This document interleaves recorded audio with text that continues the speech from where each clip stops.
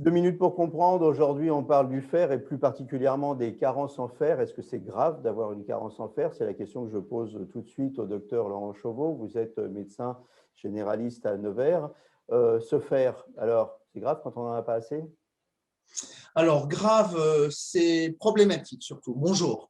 Alors, la carence en fer peut être une carence d'apport parce qu'on n'a pas une alimentation suffisante en fer ou des saignements digestifs occultes qu'on ne voit pas. Et pour ça qu'il faut surveiller la couleur de ces selles et des selles un petit peu trop noires ou des douleurs à l'estomac. Il faut en parler à son médecin traitant parce qu'on peut avoir une fuite de sel, de fer dans les selles et on peut avoir une carence d'apport.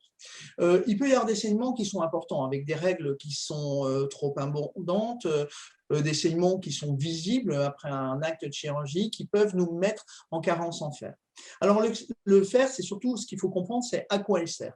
Le fer va rentrer dans la constitution, entre autres, de nos globules rouges. De nos globules blancs, ils vont aider, mais c'est surtout dans les globules rouges où il y a une molécule d'hème qu'on appelle l'hémoglobine qui va être constituée à partir de fer qui est oxydé et qui va transporter l'oxygène, pardon, jusqu'à nos cellules de tous nos organes, jusqu'en périphérie, au cerveau, au doigt de pied, dans les muscles quand on a besoin.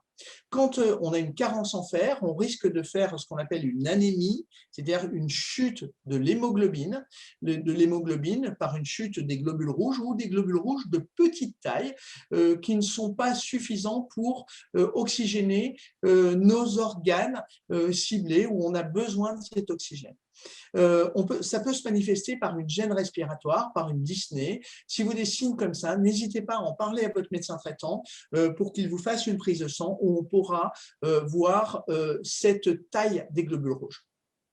Merci Laurent Chauveau.